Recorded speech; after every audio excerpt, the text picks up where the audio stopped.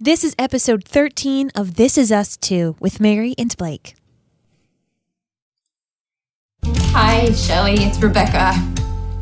I am the worst, most terrible wife in the entire world. I totally forgot that it's Shaq's birthday today. And all he was doing was trying to make me feel better, and I kicked him out of the house. I kicked him out of the house on his birthday, Shelley. And I don't have a car, and I really want to make him this fancy chocolate almond cake for his birthday. Oh, God. And I usually do this, really sexy Marilyn Monroe style birthday dance for him, and oh my God, he's gonna leave me. He's gonna leave me for some hot, not crazy dental hygienist named Stephanie who doesn't forget his birthday. I guess you're not home, huh? This is Rebecca. Did I say that? Okay, bye.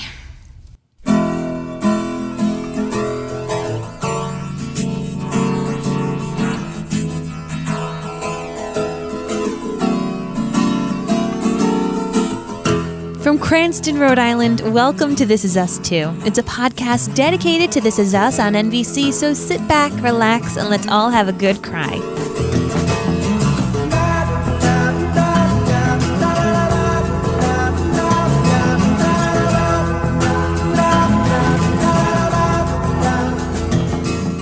Hi, everybody, and welcome back. My name's Mary Larson. My name is Blake, and I only speak to God during playoff season 2. It's the only time. Otherwise, I feel like I'm just wasting bullets. Gotta save it for when it really counts, right? Of course, it didn't work for the Celtics this year, but that's okay. Hey, it's okay. They got close. They got close, baby. God let me down this year. That's okay. For the Patriots and the Celtics. Come on. Hey, get over it. Come on, God. Get over it. Oh, my gosh. Oh, my gosh. Okay. Story time. He's not going to smite me. I don't know. He might. You never know. Didn't you see Moses? Did you see the 10 Commandments? Anytime I think See what he did to those Egyptians? Anytime I think of the 10 Commandments, all I think of is Moses in the history of the world. I bring you these 15. He drops the tablet. 10 Commandments.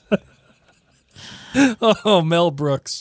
Mel Brooks is a genius. Anyway, the story for this one, actually, I was surprised that Mary relented. Yeah, because normally I've done the even episodes. If you guys haven't noticed, Blake's been doing the odd episode story time, and I've been doing the even one, but I did not have a story to share for this episode. And I'm quite surprised because, I feel like of anybody in this world here, you would have definitely been the one to relate to Rebecca.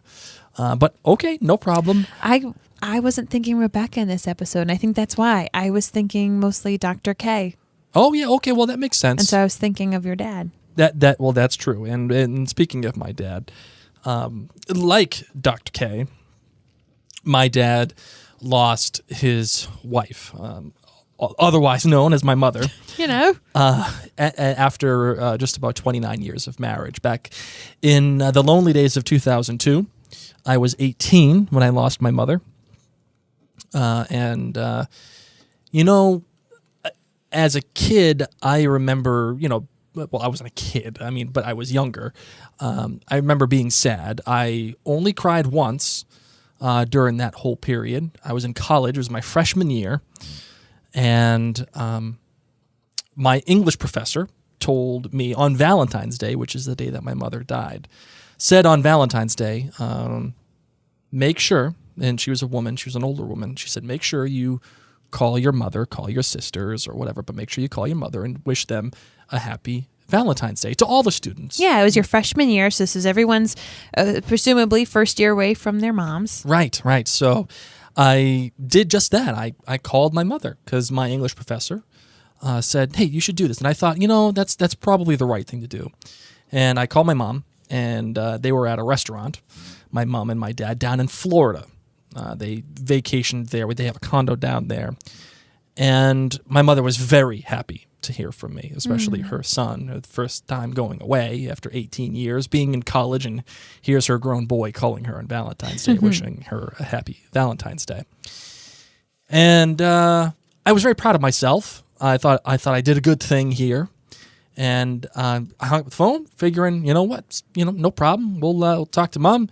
Right after Christmas time. We'll talk to Mom. See her, yeah. Back maybe for my birthday. Yeah. I bet that's in March. Maybe I'll see her in April, or you know what? Heck, I'll see her in the summer when she's doing all my laundry. But wouldn't you know, that day, Valentine's Day, she died. A couple hours later, she had a brain aneurysm, and that was it. That was the end. That was the last time I ever spoke to my mother. And I'm very happy. I'm very fortunate that I had a chance to speak to my mother and say the things that I said. Happy Valentine's Day, Mom. I love you.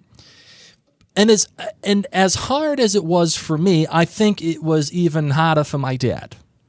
And of course, he's the head of the family. He's got to be Mr. Tough Macho Man and not let anybody know that he is hurting inside. But he was hurting, and I know he was hurting just the way that Dr. K was hurting.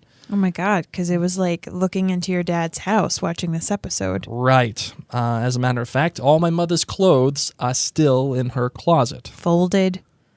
Hanging. Hangers. Yeah. And it's been how many years? This is going to be 17 years later.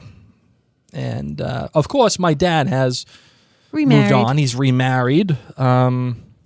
I don't have the best relationship with his wife, but it is what it is. He's moved on, but my dad, I've realized, is wildly depressed, and still is wildly depressed about his wife. Walking around your house, there's these little pieces. It's almost like little shrines, and that's why I couldn't speak in this episode, because when I saw Dr. K's wife's brush and mirror and all those things perfectly laid out, and I was thinking about how your dad has all of those Princess Diana plates that your mom used to collect, like still perfectly, just displayed, and all these different little things, all these knickknacks that are so your mom, and not at all your dad, not at all his new wife, nothing that would make sense 18 years later, but it's still these little shrines. And there's still pictures of my mother up, and he has a picture of her right next to his bed, and they got the whole thing. And yes, you're right, there are little shrines to my mother. Well, they're not overtly shrines to my mother, but if you knew her, you would know that this is hers. And I see Dr. K, and I see how he reacted to his wife's passing. And you're right, all I could see was my dad. And all I could feel was that kind of pain. And while watching him talk to his son and even talk to an empty chair, I can only imagine those are the things that my dad did, especially early on in those really early days. I mean, I was gone in college. My sister Michelle was off doing whatever she was doing. My sister Shannon, she was down in Connecticut with her husband. Nobody was there. My dad was alone. I can't even imagine that. If I was thinking about it actually in terms of you, my darling, had I lost you, and if I lost you at any time, I would be a complete goddamn disaster. You would not know how to flip and exit the house. I wouldn't even know what to do. I would be like Carl in Up. That would be me with losing Ellie. Yep. Eating the cereal all alone with my little cane with the I have a little moral to the story then that we'll get to later on in this episode about how this episode showing us the loss of love can also help you find a new love.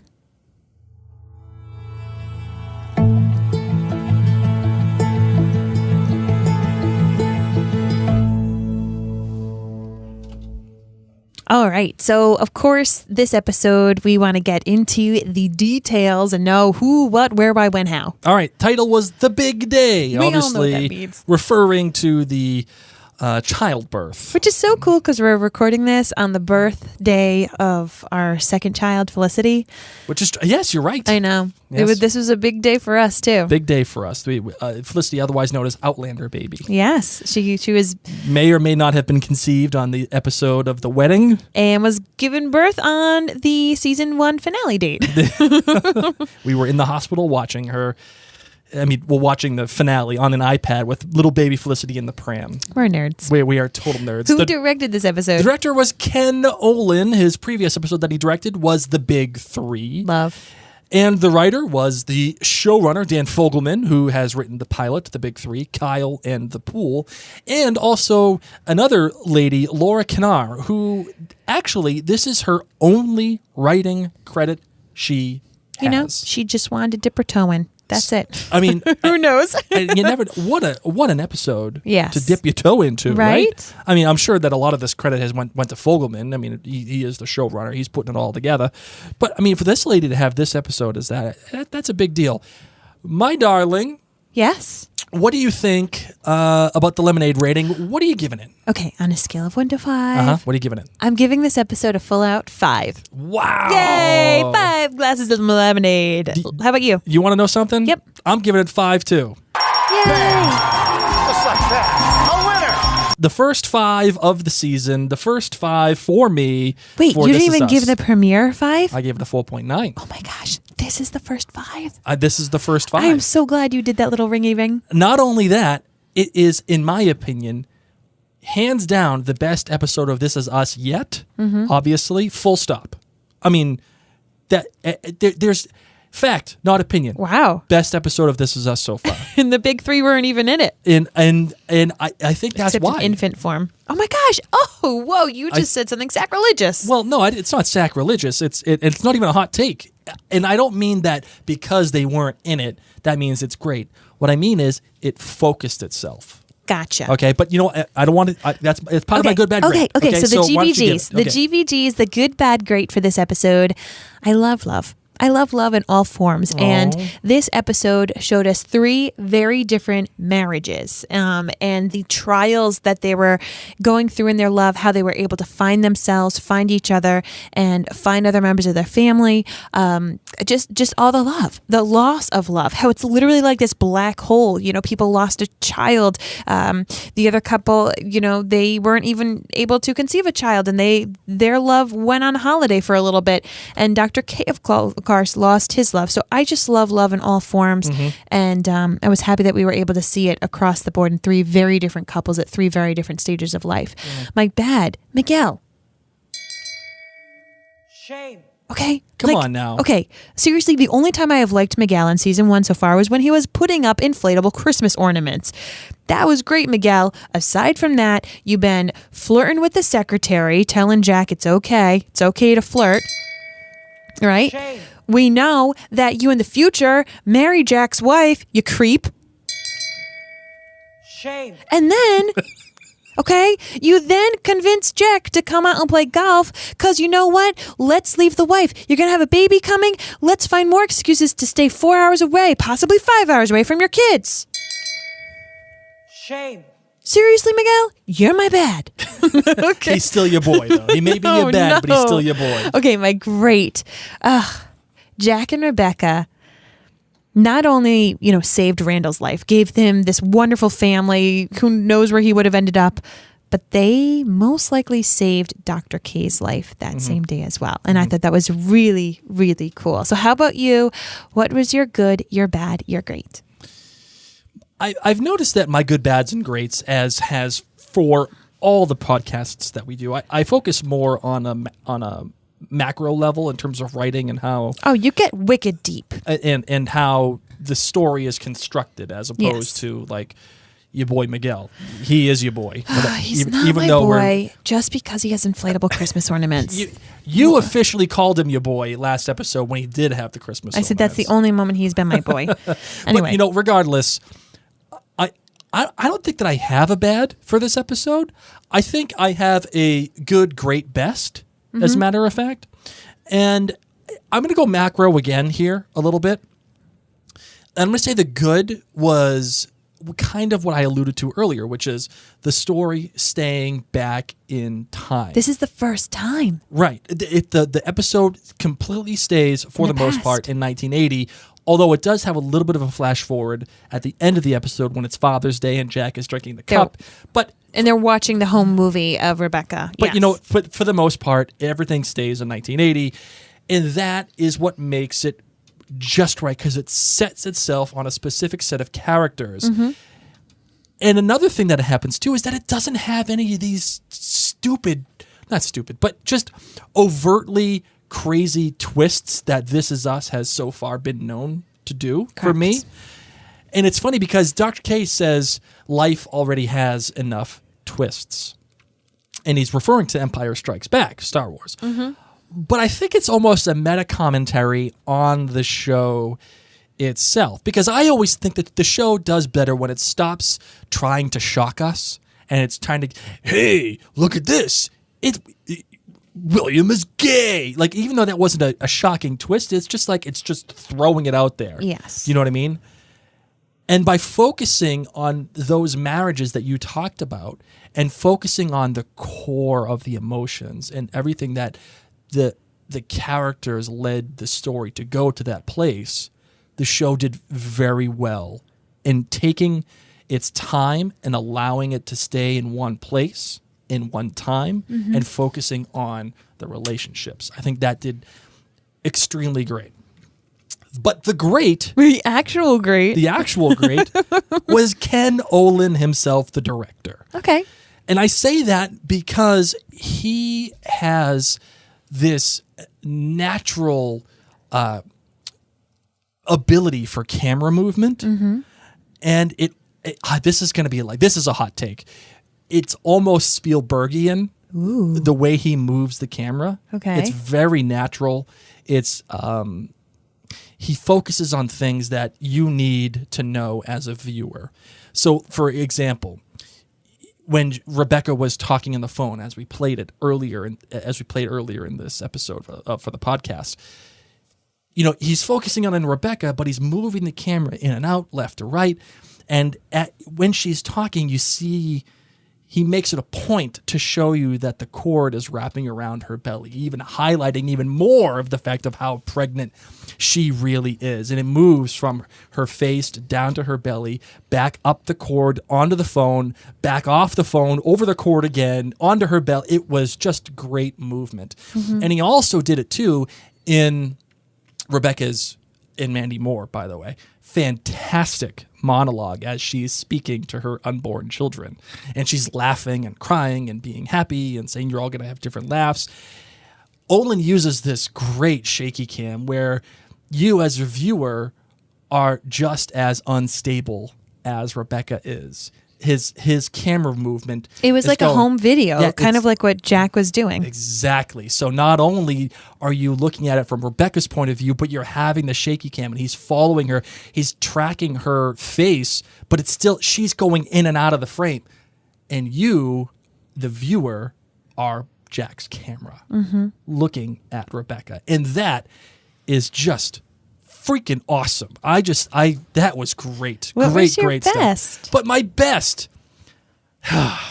continuing to recontextualize scenes. Remember how I talked about that on the trip when he's like, see through the stuff? Yes. And it meant one thing for the eye illusion, but Jack meant it in an entirely different way for Randall. Correct. This show continues again to use this tool of recontextualizing scenes. And I have to go back to my binky, Dr. K, okay, because I love him.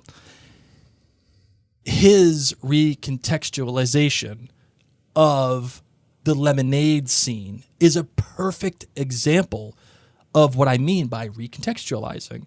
Not only are we thinking that Dr. K in the original monologue is talking to Jack to just try to keep him up and, hey, you know, just make lemonade, yada, yada. You think he is just talking him up. He's coaching him up. And it's great. It's sweet. It's like, oh my God, it's great. And you hear him lose his voice a little bit because you think he's thinking about his early child that he lost, Dr. K. But he's not. Nope. He's not thinking about his lost child. The story recontextualizes this scene when he says, when you realize he's thinking about his wife. Yes. And not only is he thinking about his wife, he's thinking, do I have to take my own advice here? That's why his voice breaks.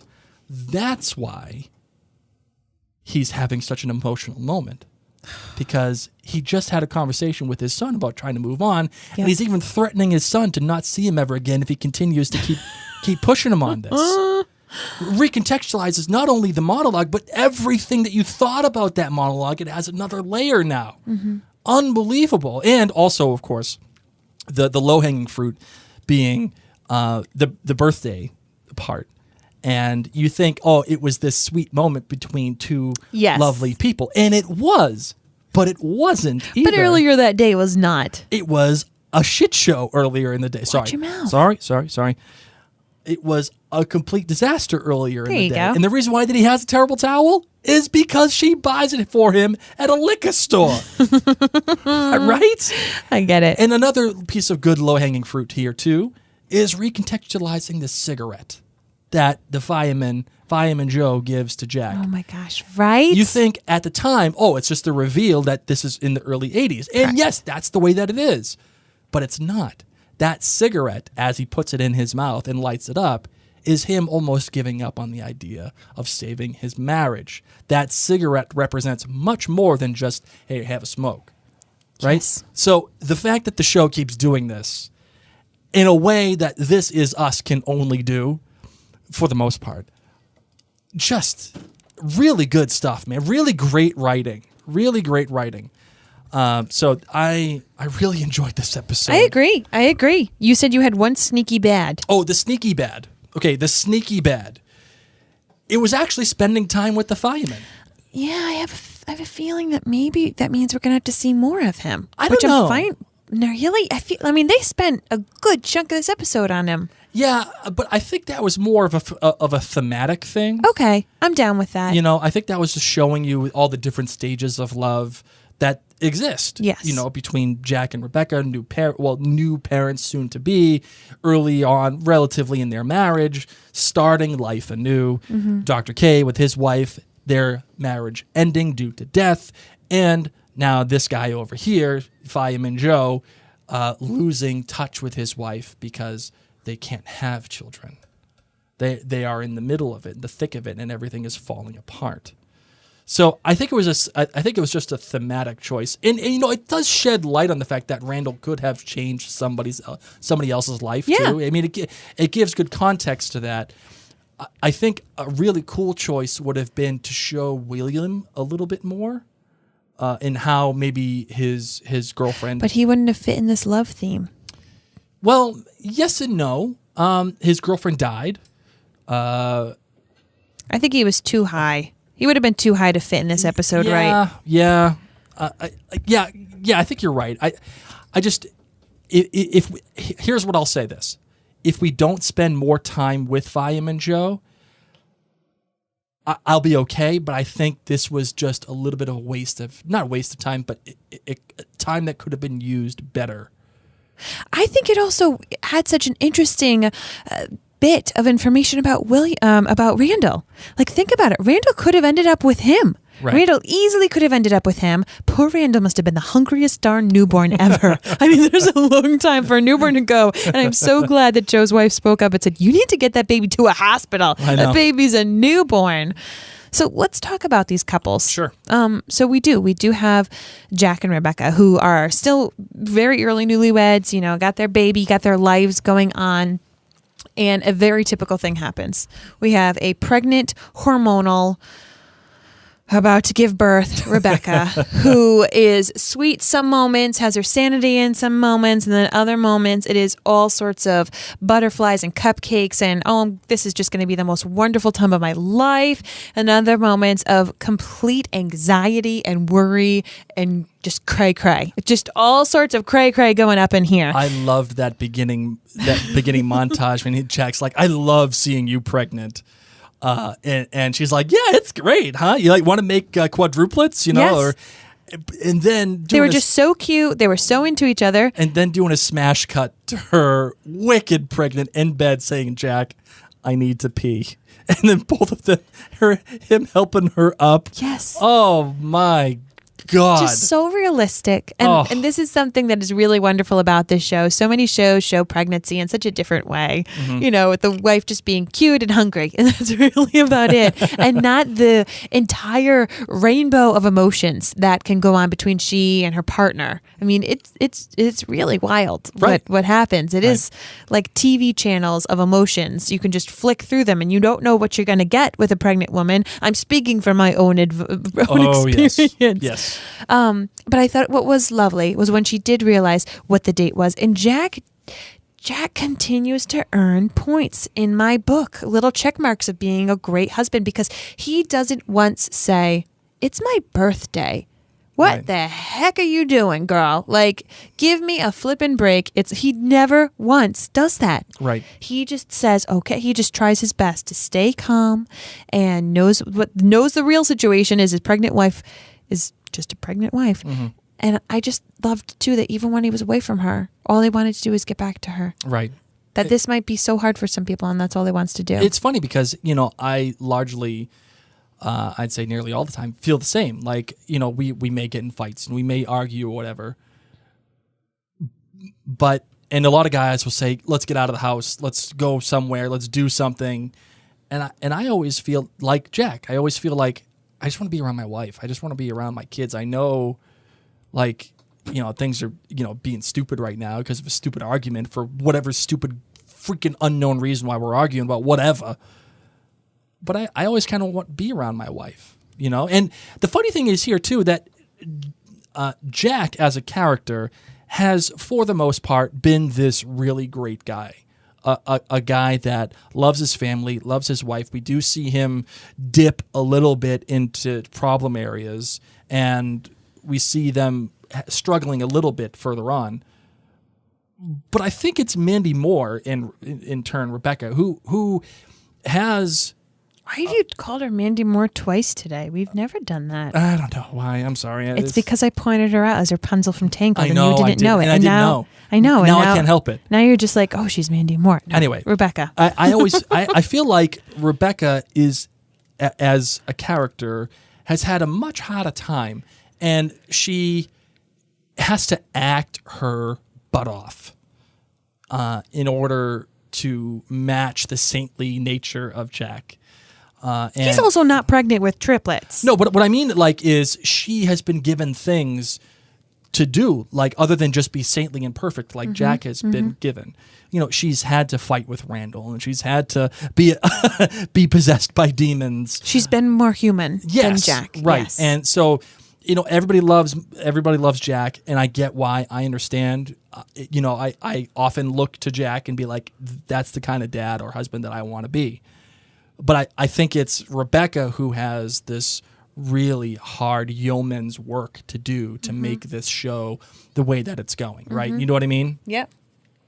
So I appreciate what's going on with her as a character. So I just love their love. Love. Everything about that couple. Then we move on to Joe and what's Joe's wife? Samantha. Oh, before we do that, real quick though. Yeah. I love when she comes out of the house and just like, hey, Jack, thanks for the bathroom sex at Froggy's. Yes. Like you think he's finally free. He's praying to God with a lighter. Oh my God. I know. I've had those moments where he gets in the car and he just bangs his head right on the steering wheel like, oh my God. Oh man. Yeah, I've been there. Sorry. Continue on with Fireman, Joe, and Samantha. No, I just, I think we obviously have 2 children. We're very fortunate in that regard. Yes. And we have some friends who have wanted kids and for one thing or another don't have children in their lives. And it's so hard when people expect, I'm going to be a parent one day. It's something that you just kind of, a lot of people just think like, oh yes, one day I'm going to fall in love and get married and have kids, or one day I'm going to have a kid. And it can really break people. It can really break people's marriages, and it can really break a person down. And I loved seeing Joe and Samantha reconnect. Once she saw, oh my gosh, he's trying anything. He's bringing home a baby that he just found on the street. Right. I loved seeing their final date at the end at that coffee shop, just restarting, rebooting their relationship. And I think that was the hardest thing.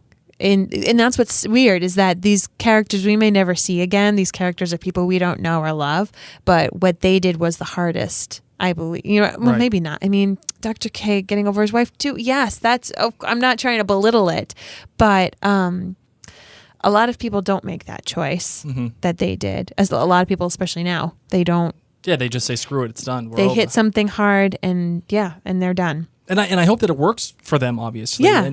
And another bit of clever writing, well, I don't want to say clever, but fun writing is Samantha taking Fireman Joe's lines and using it on him, being like, hi, I'm Samantha. Don't worry about what happened back there.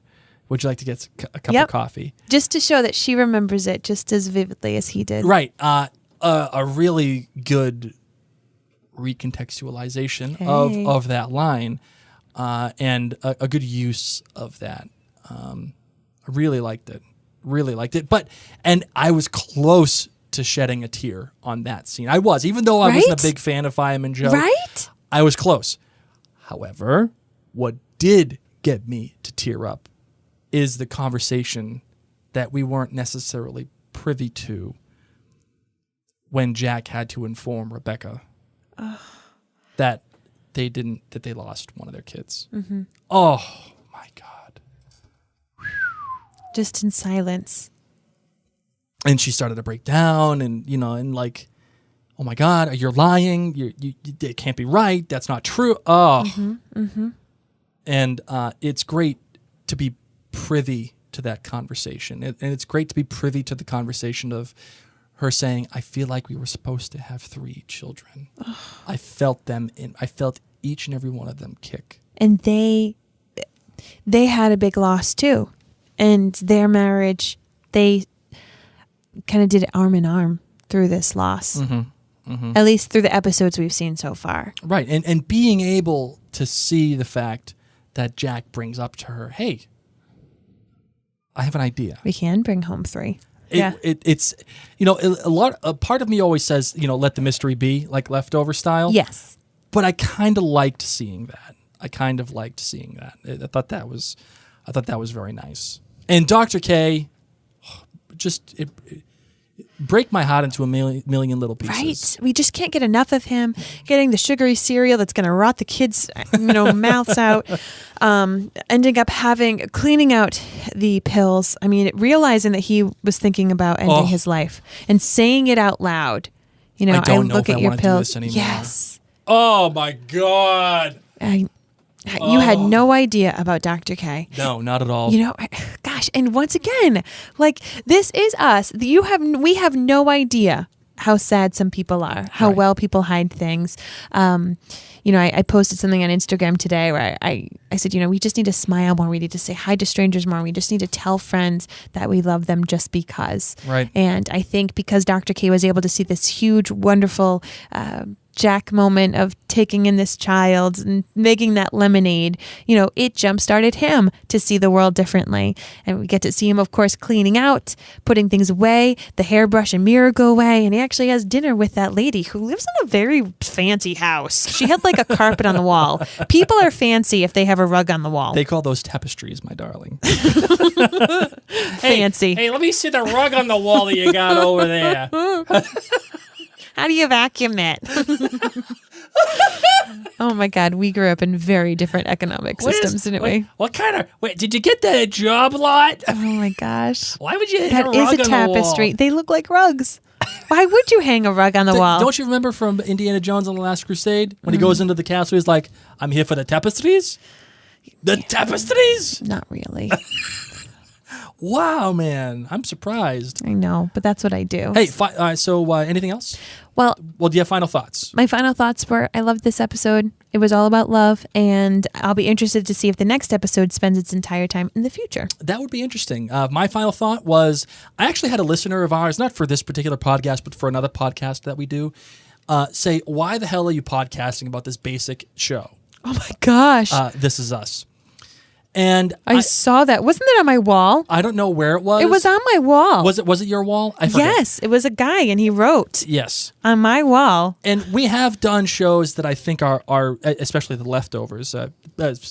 Speaking of that, shameless plug, go listen to The Leftovers, the Living Reminders podcast by Mary and Blake when you get a chance. The Leftovers was a very deep show. Outlander is a very layered show. Even Gilmore Girls, for its own right, is a layered show. This one is This Is Us is anything but subtle, and it's anything. It shows you what it is. It's right there for you to see. It doesn't leave a whole lot for interpretation, and everybody is entitled to their opinion. And I find, but I think there's a place for every show, and there's a place for every person to enjoy a specific show for a specific reason. And I bring all this up because This Is Us, as it relates to this episode, is how good it can be, in my opinion. It can be well written. It can be well directed. It can be well acted. I think this is the high watermark so far. And if every episode like this is going forward, there is a place for this episode to be in your top 5. There's a place for this show to be in your top 10. And I think I'm proud to podcast about this show because this episode marks the kind of quality that it can be. And it was a quality episode. It was. And, I feel like other people feel that strongly about other episodes, maybe previous episodes. This episode spoke to us. Right. We've been through 2 pregnancies together. You've been through a dramatic loss of losing your mother, and you've seen your dad pretty much act like Dr. K. And so I think this episode made us feel like, oh, this is us. This is our life. This is our life. And now it's on TV and it's taking place in the early 80s. But maybe different episodes have done that for other people. So sure. Joe Schmo writing on my wall, go kick sand, go throw sand. You go pound sand. Go pound sand. My choice, my favorite that I've been using lately is go get your shine box. I like that too. I like that one too. That's always quite good. There we go. So Joe Schmo, get your shine box. Go pound sand. One person I do need to say a special thanks to is Go For High on iTunes. Go For High wrote a review. Remember how I was asking for written review, guys? Guess what? Someone did. They said, you think you're all ready for season 3 of This Is Us? Think again. Rewatch This Is Us with Mary and Blake and learn interesting facts, gain additional insights, and giggle as they theorize what's going to happen in upcoming episodes. This Is Us 2 podcast is like discussing your favorite show over a cup of coffee with your best friend. Subscribe. You won't regret it. Thank you. And guys, seriously, if you're on iTunes, leave a written review. We love to read them. It brings us the biggest smile. And tell your friends about this podcast. If they like this show, This Is Us, tell them, hey, you should check this show out. Especially when they're good, too. I like the good ones. The sucky ones, not so much. The sucky what?